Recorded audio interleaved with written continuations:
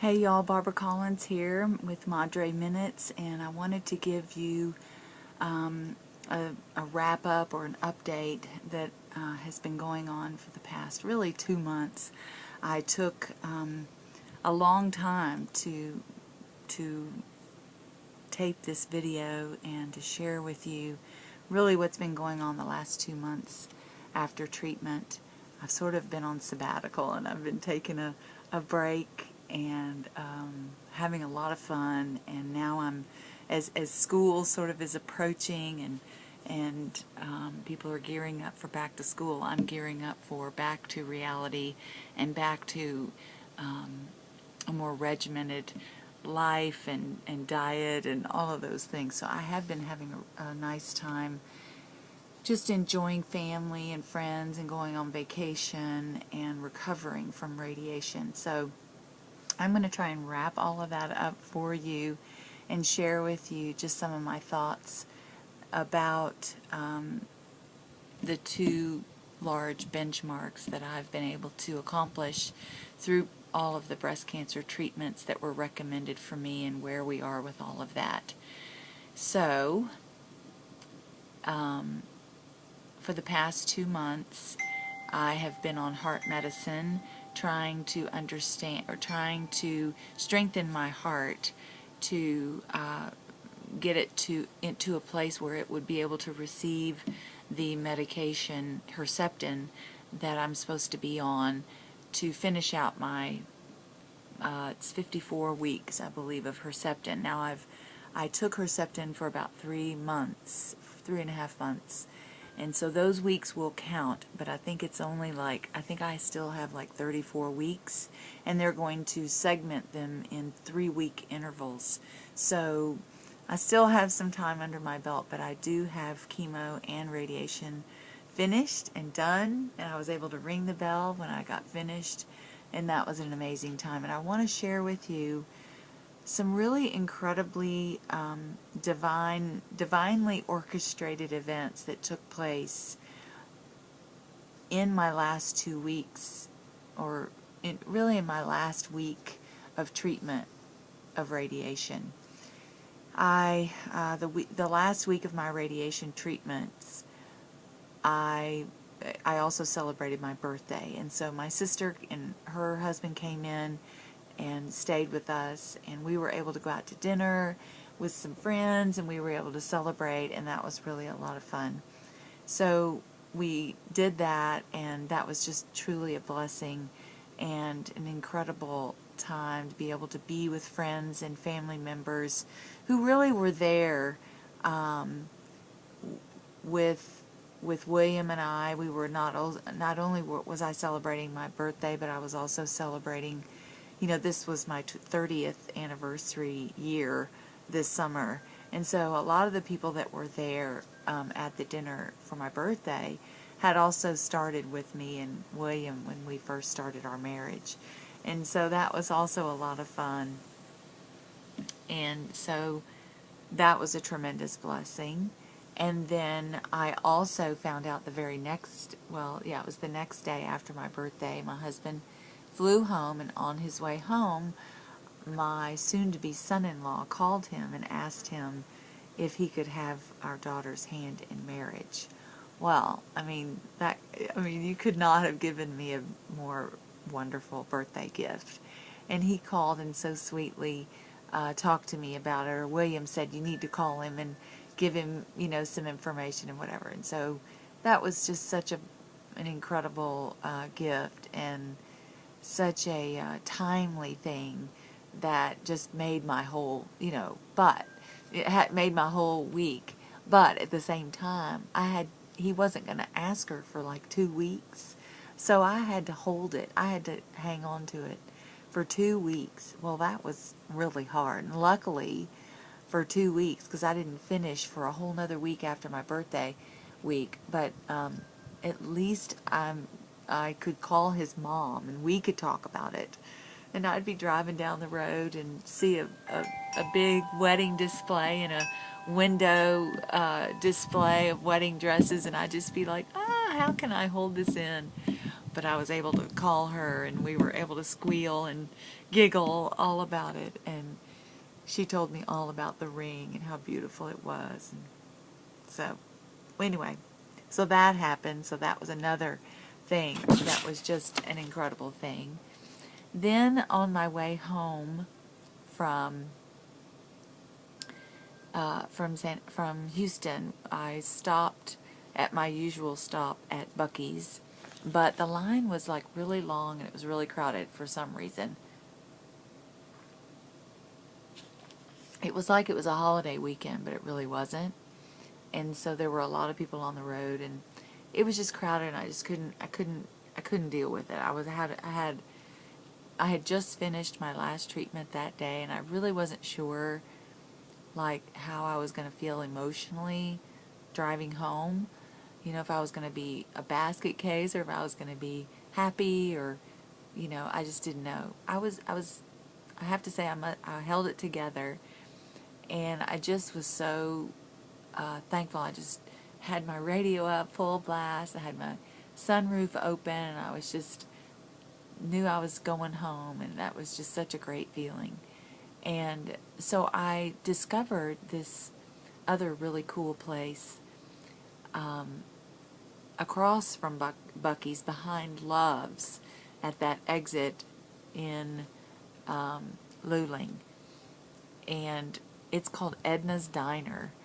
And it's just this little place that is in an old railroad car, and the caboose is the kitchen. It's all, you can tell it's just, they're trying to make a go of it with this very homegrown type of a restaurant with home cooking, and just putting everything they have into this cute little place.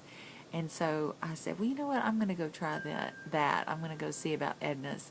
So I went in, and there were only about, probably 10 or 12 tables of people. And all the tables, I took photographs. They're on Instagram. But all the tables were very, close together, like railroad cars, and, like seats in a railroad car. And then, just very simple. And I was sitting there, looking at the menu, and I was all by myself, and I noticed that they had homemade pies, and so I was just so excited about my celebration. I thought, you know what? Have you ever wanted to go to like a bar, or, well, maybe not wanted to go to a bar, but go into a restaurant or a bar or a place, and you used to see in the movies where they'd say, dinner's on me, or, a round for the house, or, everything's on me, or whatever. And I noticed the price, the prices at Edna's were very reasonable, and I counted how many tables there were, and I thought, nobody's dinners here are going to be more than $10, and so I decided that I was going to pay for everyone's meal at Edna's Diner that day. And I pulled the waitress aside, and I said, I would like to pay for everyone's meal who is sitting at the restaurant right now. And I said, if someone else walks in from this point forward, they're not included. But the people who are here right now, I want to pay for their lunch. And the waitress didn't know what to say. I mean, she just kind of looked at me like, this woman's lost her mind. And I thought for a little while that maybe I had lost my mind. But I really just felt like it was something that I was supposed to do, and in that I wanted other people to join in my celebration of what I was able to accomplish in finishing my treatments. I was excited, and I wanted to celebrate, and this is how I wanted to celebrate it. And so she went back and talked to Edna in the kitchen, and she came back and she goes, well, Edna wants to know how you're going to pay for it. And I said, totally understand. I would probably be asking that same question. And so I handed her my credit card, and I said, we'll just put it all on this. And she just looked at me and she went, well, okay. And so she took my credit card, and she came back. She goes, Edna said that'll be fine. I said, great. And I said, now I don't want you to tell anyone who paid for it. I just want you to tell them that their lunch is on the house, or, that whatever. Well, this sweet little waitress really couldn't contain herself. And I guess it was very much like the characters in the Bible, when Jesus would say, now don't tell anyone, don't go back to your town and blab it everywhere. It wasn't about the recognition of what I've done, what I had done, or what I was trying to do. It was just that I wanted to bless those people.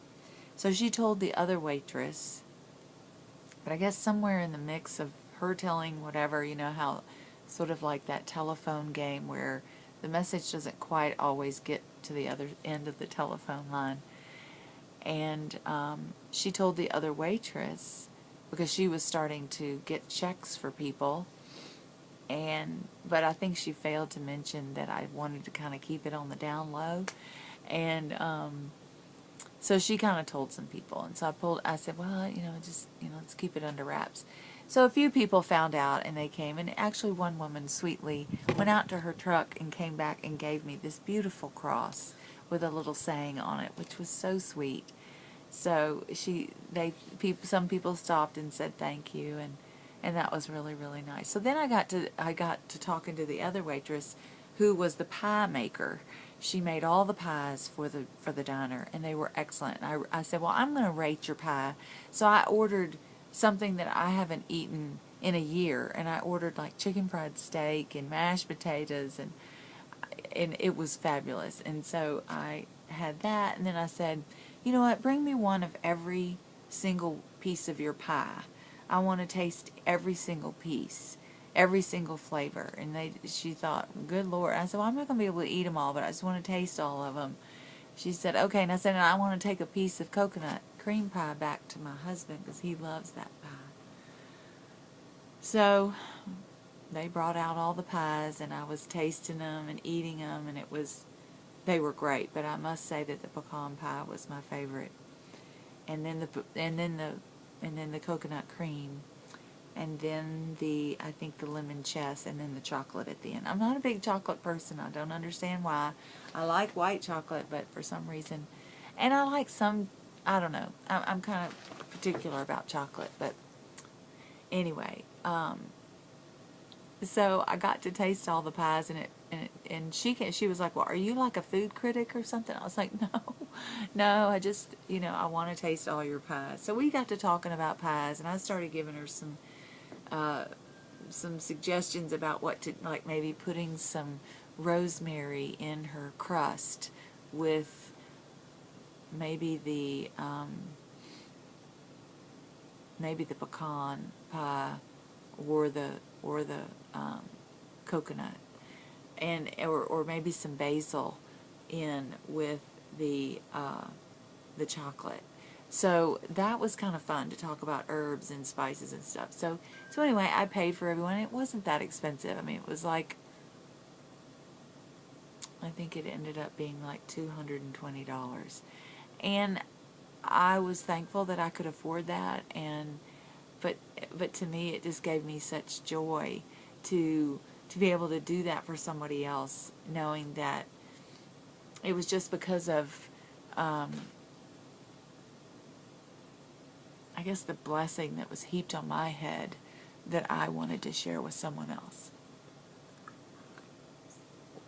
So I did that on the way home. So that just, then I was really driving on cloud nine in my little iCloud car that I call my car the iCloud.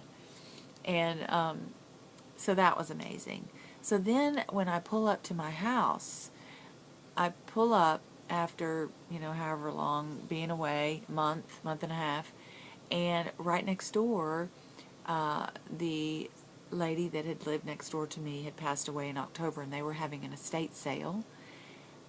And I had remembered every time I had gone to her house that I just loved a few of the pieces in her home, and I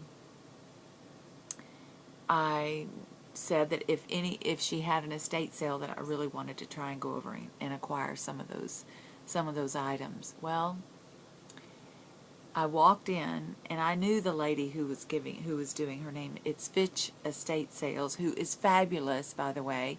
If you're having an estate sales, you can hire her to come in, and they do everything, including clean up and haul it all off, which is so wonderful. And it's Rachel Fitch with Fitch Estate Sales, and I'm giving you a shout out, Rachel. So she's fabulous. And so I went in and I said, okay, Rachel, it's time to wheel and deal. And she always really is very fair and very good about wheeling and dealing with people that she knows, but also people that, she wants to come back to her estate sales. And I frequent her estate sales. I haven't been able to lately, but when I do, I do with a big bang usually. So anyway, so I said, okay, it's time to win. She said, well, just go pull the cards off of the items you want. And I said, okay. So I went around, and one of the items was this particular chandelier that was in the master bedroom. And I stood there, and I remember standing there when I had gone into her home before, standing there looking at this chandelier, and it's an old chandelier that looks like an old oil lamp. It's hand painted. It has some crystals, and then it has another section where you would see the oil lamp, and then it has another hand painted section with some crystals. It's really old, sort of Western, beautiful Victorian age looking light fixture. And it wasn't really necessarily my, being very cliche, it wasn't my cup of tea, but it, I imagined, I was friends with the granddaughter when she would come and visit, and the daughter-in-law, and I imagined the little granddaughter, who's not little anymore, but I imagined her laying up on her grandmother's bed and listening to her grandmother read her a story and looking at that light fixture, or maybe taking a nap with her grandmother on that, looking up at that light fixture.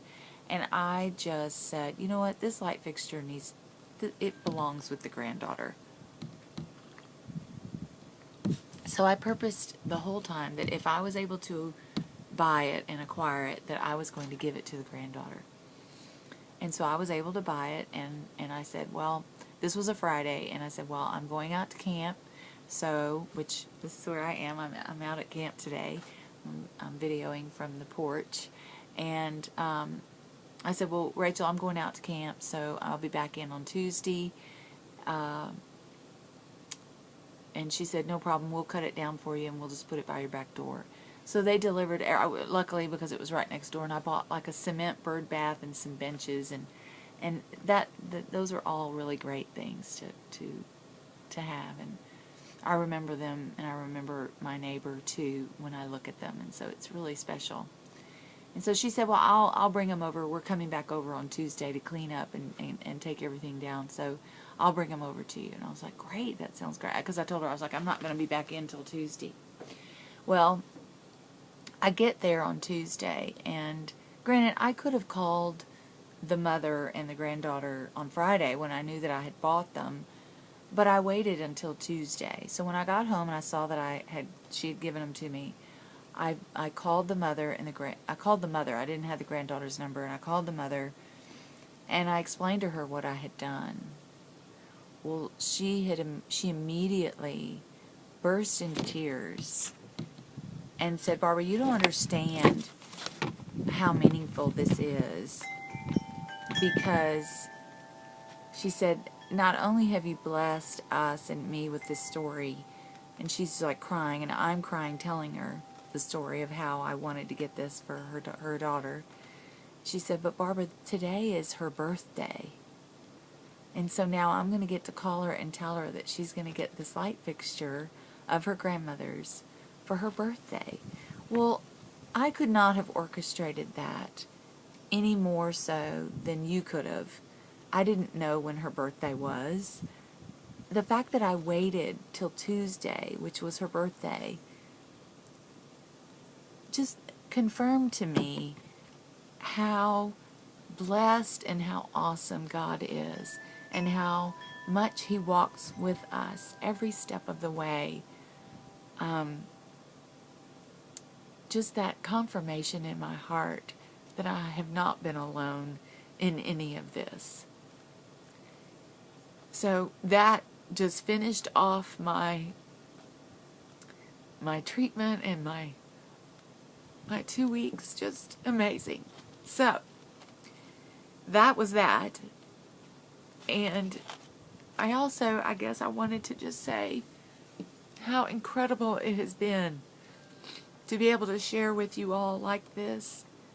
And I think now on the people that have watched some of these videos, who have commented and told me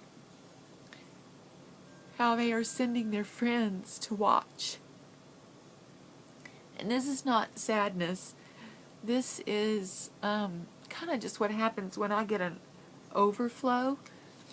It just has a place. It needs a place to come out, and so it comes out right here. But how people are sending other people who are going through what I'm going through,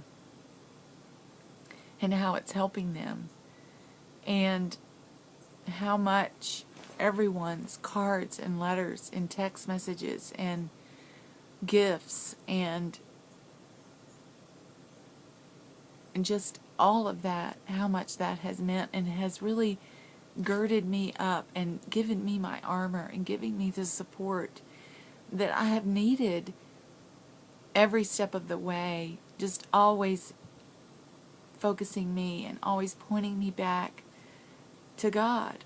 And how looking back and how afraid I was, and just how every step of the way, throughout every step of my treatment, God has met me there and sent people to cross my path to tell me little hints or little things that might help, that have helped. And so I wanted to share with you a scripture verse about that, and it's in John 8, and it's verse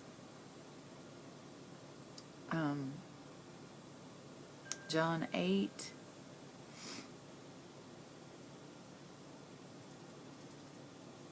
verse 31. Actually, let's go back up to verse 28. And Jesus says, so Jesus said, when you have lifted up the Son of Man, then you will know that I am the one I claim to be, and that I do nothing on my own, but speak just what the Father has taught me. The one who sent me is with me. He has not left me alone, for I always do what pleases him. Well, I know that I'm a sinner, and I don't always do what pleases him, but I try. Even as he spoke, many put their faith in him. And even if I put my faith in just a mustard seed, I've put my faith in him. So, verse 31, to the Jews who had believed him, Jesus said, if you hold to my teaching, you are really my disciples. Then you will know the truth, and the truth will set you free. I tell you the truth, everyone who sins is a slave to sin. Now a slave has no permanent place in the family, but a son belongs to it forever. So if the Son sets you free, you will be free indeed. And then he goes on to say,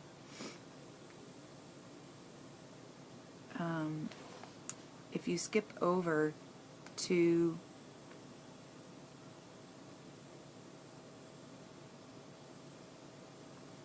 chapter 9 in verse 3,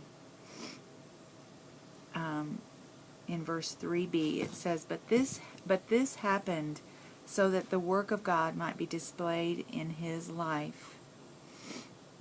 As long as it is day, we must do the work of him who sent me. And what has struck me while I've just been really pondering what I was going to say to you all, it really isn't, I don't want to start with a negative, so I'm going to say it's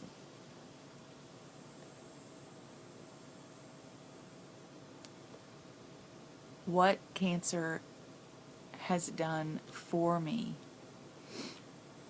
And it's not about what cancer has done to me, the fact that he says here that I'm not alone, and I believe that. But this happened so that the work of God might be displayed in his life. And I think that's what's happened. That it's not what cancer has done to me or to my body or to whatever. It's really what cancer has done for me.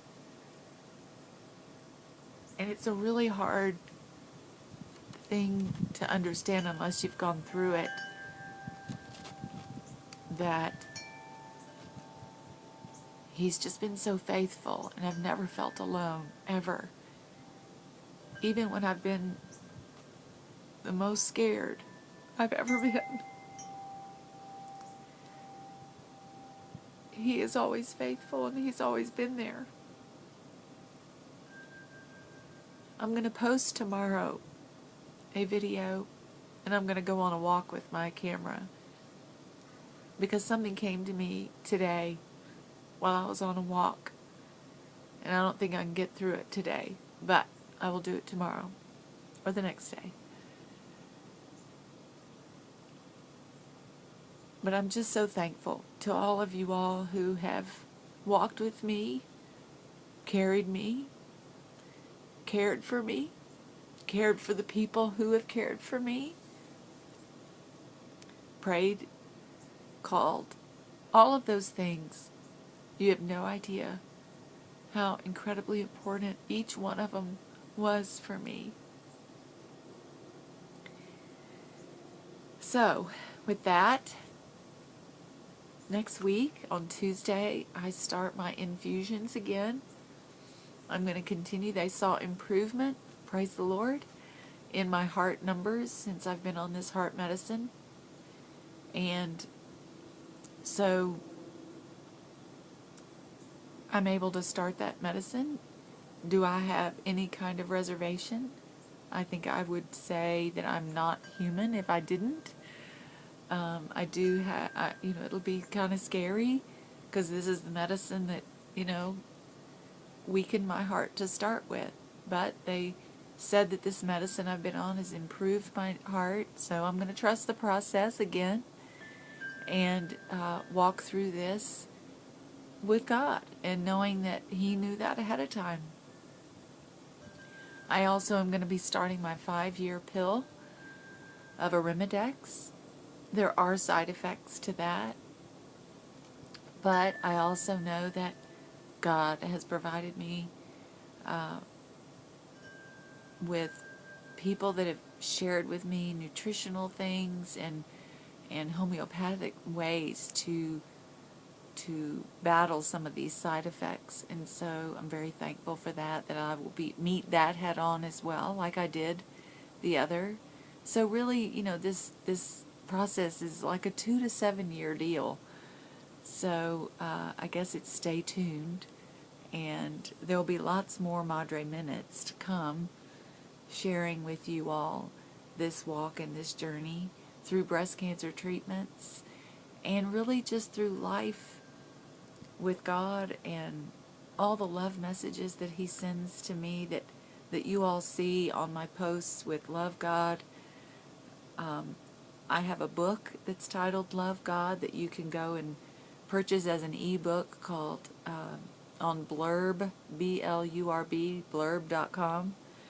You can go and purchase that, or you can purchase a hardcover copy. I'm also going to be starting on my book that Tate Publishing has sweetly put on hold until after these treatments have finished. And so I will be starting to compile and put together blog entries to put together a little devotional, sort of little Madre Minute, just a few minutes of reading that hopefully will bless other people. And I'll continue to vlog, and my Madre Minutes television live stream chat show will start back up with Mom TV the week of, I believe, August the 20th. I have a grandbaby coming. It could be any day now, really. I now have a wedding to plan in March. I have a graduation of another college graduate. I have 5 down and 1 to go. And I just am loving life right now. Reconstruction has begun, and so there's some pain associated with that. But you know what? I'm able to face so much more, I think. So many things that I didn't ever think I would be able to do. Trusting your body and your life to people, complete strangers. When you go in for surgery and you hand your arm over for anesthesia, and you really realize how important it is to trust and turn your life over to the one who has your life in his hands from the beginning. So I love you guys, and thank you so much. There's so many incredible things that are happening. I'm also going to be a part of the Design Alliance with TTW magazine out of San Antonio. So thank you to all of you for being there with me.